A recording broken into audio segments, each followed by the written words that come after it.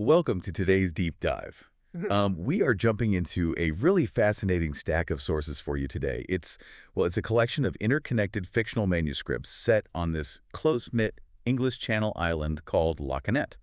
Right, and I just want to say these manuscripts are dense. I mean, they're absolutely packed with these sweeping dramatic romances and complex political scandals, Yeah. plus all these multi-generational historical mysteries. But our mission for today's deep dive is highly specific. A very specific one. We are going to extract and compile the story of just one peripheral character. Her name is Doris. Right. And amidst all the wealthy lords and these ambitious outsiders that kind of dominate these texts, you might be wondering, why Doris? Exactly. Because she starts off firmly in the background. Right. But when you actively pull all the threads of her story together from across these different manuscripts, her arc actually reveals the absolute emotional core of this entire island. It really does. Compiling the story of Doris offers us this profound look at community, the mechanics of trauma, and the painstakingly slow architecture of healing. Okay. Let's unpack this. So to understand the sheer magnitude of Doris's journey, we have to establish her baseline, right? Like how the reader first meets her. Right, setting the stage. Yeah. Doris is a local woman with Down syndrome. She's in her late 30s, and she's characterized as incredibly sweet, relentlessly chatty, and just universally recognized as this beloved fixture in the village. Sort of everyone knows her. Exactly. But her backstory carries a really heavy weight. She lost both of her parents and was left entirely penniless. Which is huge because the socioeconomic reality of La Canette plays a major role here. Oh, absolutely. The island's patriarch, Lord M, owned the land her family lived on. So when her father died, there was no estate, no property to sell or leverage or anything. Nothing to fall back on. Right. She was allowed to keep living in the house, but she had absolutely zero income. Yet when we first see her, she isn't destitute. She's happily working behind the counter at the local post office, assisting the postmistress, a woman named Young Parker. And that employment is actually a masterclass in hidden community support. Yeah. Because Doris isn't officially employed by the Postal Service. The islanders fiercely protect her, and they orchestrate this elaborate setup where Lord M secretly funds her wages. Wait, secretly? Secretly. Nobody tells Doris this. They just give her these small, manageable tasks at the post office, primarily to just get her out of her empty house. Oh, wow. The whole goal is to keep her mixing with people, chatting with neighbors, and remaining firmly anchored to the daily rhythm of the village.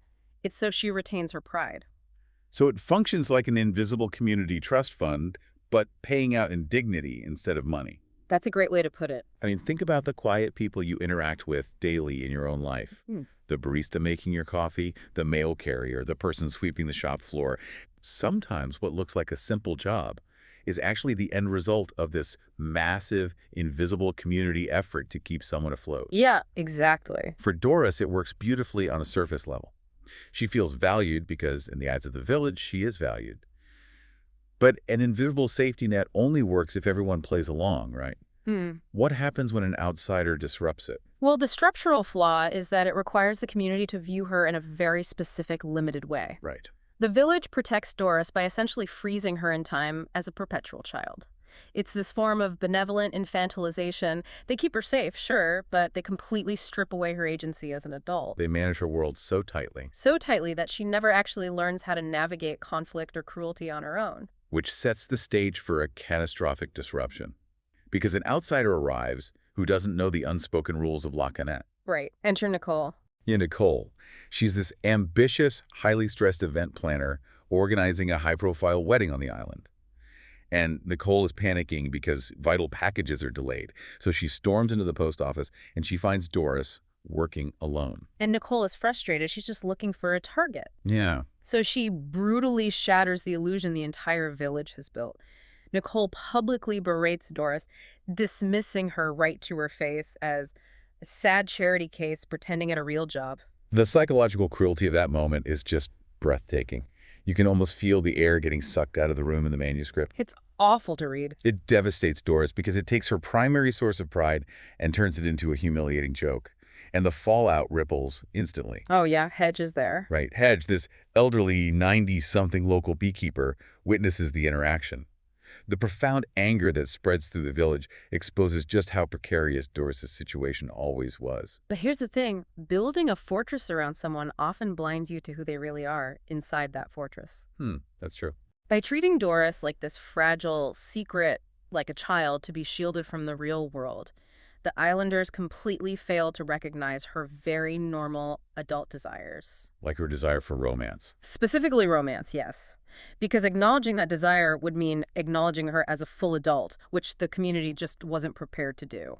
Which brings us to that highly vivid sensory scene at the island's end of Winterfest, the Plow Festival. Oh, that scene is so incredibly written. It really is. The manuscripts describe this massive, crackling bonfire, the chill in the night air. The whole village is buzzing with celebration. And Doris arrives wearing her mother's old red engagement dress.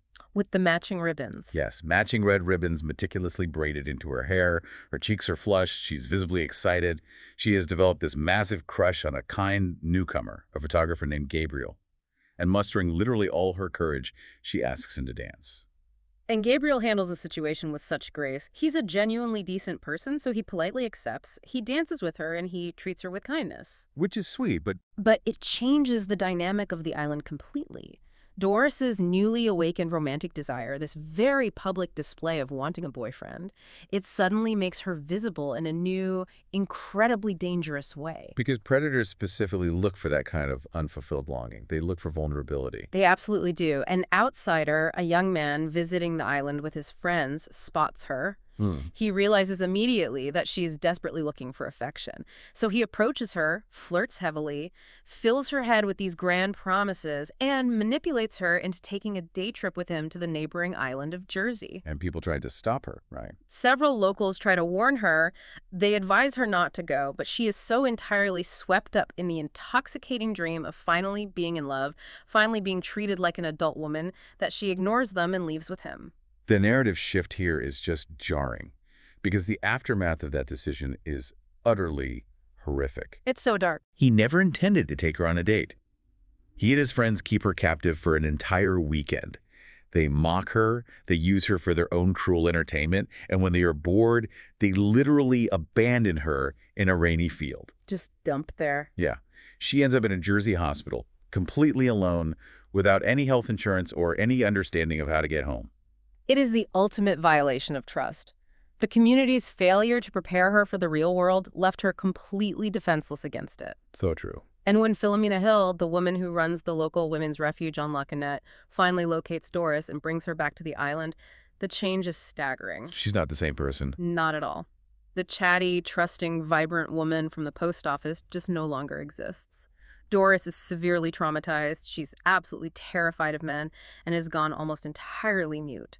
She shrinks away from physical proximity. The invisible safety net completely failed when it encountered real-world malice. I mean, you can't just put a profoundly traumatized person back at the post office counter, hand them a stack of envelopes, and pretend the world is still safe. No, you can't. This raises an important question. How does a community actually go about fixing a soul they failed to protect? Right. The Islanders realize that superficial charity isn't going to work this time.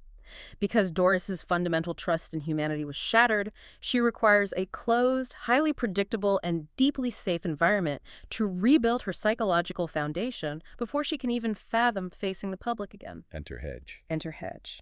The gruff, 90-something beekeeper who witnessed her initial humiliation, he steps in. He decides to bring Doris into his apiary up on Catcher Hill. And I have to admit, reading this part of the source material made me actively question the community's judgment all over again. I know, it sounds crazy. The text explicitly describes Catcher Hill as a dense forest of deadly thorns.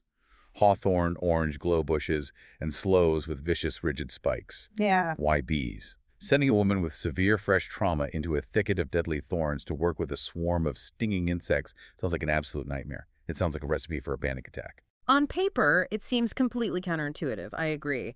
But from a psychological standpoint, the environment Hedge provides is actually brilliant. How so? Well, the specific mechanics of beekeeping serve as an immersive form of exposure therapy and nervous system regulation. Bees require an atmosphere of absolute, grounded calm to remain docile. Hedge teaches Doris a non-negotiable rule of the apiary. If you're nervous, you make the bees nervous. Wow. So the feedback loop is immediate. If she starts to spiral into her trauma, the bees will physically react, forcing her to pull herself back to the present moment. Exactly. She has to practice intense active mindfulness just to survive the workday. It forces her to regulate her breathing and ground her chaotic thoughts. That makes a lot of sense. And furthermore, those deadly thorns you mentioned, they aren't a threat to her. They are a fortress. Oh, I see. The thorns create a natural, impenetrable physical boundary that keeps the rest of the unpredictable world out. Inside that protected space, she is safe. Hedge teaches her the highly specialized science of harvesting unique hawthorn and Canada thistle honey. So she isn't doing busy work anymore. No, she is becoming an expert in a complex craft. That distinction is crucial. It's the difference between being managed and being empowered. Giving someone mastery over a difficult skill rebuilds their internal worth. And we see that renewed worth transition into the next phase of her recovery. Hedge's granddaughter, Elodie, moves to the island and decides to open a modern boutique honey shop called Bee Wild. Love that name. Right. So Elodie brings Doris out of the isolated apiary and into the shop. But importantly, she doesn't want her in as a charity case. She hires her as a genuine, knowledgeable assistant. And the sources show Doris slowly finding her voice again during this period. But it doesn't happen through immediate conversation. It happens through aesthetics and reclaiming her personal agency. Yeah, the ribbons. Right. Elodie notices that Doris has a deep affection for wearing different colored ribbons in her hair. So when they are designing the layout of the new shop, Doris suggests using different colored ribbons to color code the various types of honey jars. By giving Doris creative control over that specific visual element, Elodie grants her ownership of the space. It is a small but monumental step in reclaiming her adulthood. Definitely. When tourists come in to Bee Wild, Doris is the one serving them specialized chips with honey dip. She's the one confidently explaining to customers why the thistle honey has a superior flavor profile. She begins to smile again. The predictable routine and the genuine responsibility successfully rebuild her foundation. But a sturdy foundation isn't a finished house. Purpose and routine got her functioning again. But to truly recover, to become whole, she needed to rediscover joy. And she needed to learn how to trust men again. Yes, which is perhaps the most daunting part of all. Her trauma was violently and specifically tied to male predation. She could label honey jars all day long, but she couldn't fully heal until that specific, deep-seated fear of men was addressed and neutralized. Which initiates the most delicate and beautiful phase of her rehabilitation in the entire She's narrative. so good. The community sets up a highly controlled musical intervention. Here's where it gets really interesting. There is a visiting professional oboist named Brandon who is living on La Canette with a woman named Lessa. And Lessa desperately wants to help Doris experience beauty again, but she is acutely aware that Doris is still paralyzed by the presence of men. So they construct a boundary. Yes, an incredibly strict physical architectural boundary to facilitate an interaction. The physical layout of this scene is vital to understanding the psychology of trust here. They don't force Doris into a room with him. They set up a comfortable chair for Doris outside in the garden, providing her with a pot of tea and biscuits. While Brandon stays inside. Right.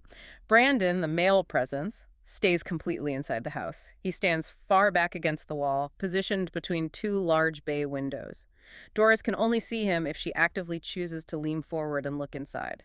She holds all the physical power in the dynamic. Because he cannot approach her. The music simply floats out the window to her.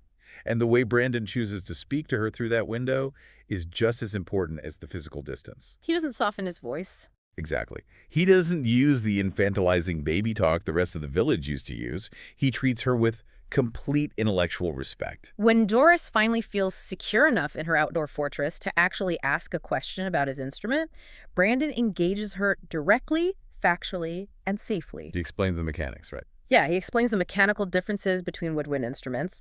He tells her that an oboe looks nothing like a flute because a high-quality oboe is carved from dense black wood, whereas a flute is crafted from silver or gold. It is such a grounding, factual conversation. Yep. I mean, for a woman who was recently manipulated by a man using flowery, emotional lies, receiving straight, unembellished facts from a man is profoundly reassuring. It establishes a baseline of honesty. But Brandon knows facts aren't enough. To bring the joy back, he transitions the interaction. He starts playing a melody she knows well, Silent Night, just to make her comfortable. But then, deliberately, he begins to play it faster and faster and faster until the solemn Christmas carol Sounds utterly ridiculous. The manuscript compares the sound to Mickey Mouse being chased by a cat. He takes a moment of serious concentration and turns it into pure, unadulterated slapstick. And let me guess, the sheer absurdity of the noise completely short-circuits her anxiety. The tension breaks and she actually laughs. She does. It is described as a real, genuine, unprompted laugh. It is the very first time we see that pure, unfiltered emotion from her since before she put on that red dress at the Winter Festival. It is a massive psychological breakthrough, and the ripple effect of that single laugh is incredible to track through the rest of the sources. It really is. Because Doris discovers this perfectly safe window of joy, she eventually feels secure enough to share it with others who are hurting. She starts bringing other traumatized teenage girls from Philomena's women's refuge girls like Lou, who had escaped her own horrific domestic abuse, out to the garden. To this safe space. Right. Doris sets up chairs for them so they can all sit together and listen to the music pouring out of the house. The woman who needed protection transforms into a protector herself. Yes. She fully, genuinely integrates back into the community, but this time on her own terms, as an adult.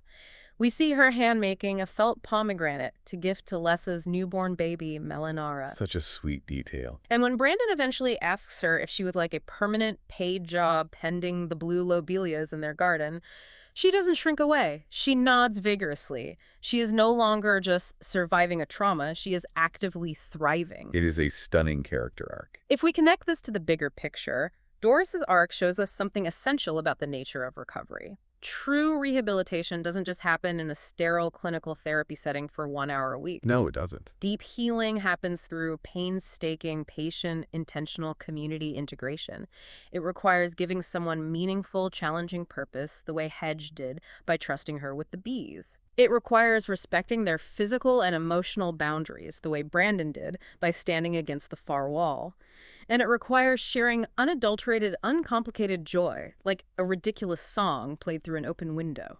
It is the invisible scaffolding of a community operating at its absolute best. And as you listen to this, it really makes you think about the people occupying the background of your own life. We all have those background characters, don't we? We definitely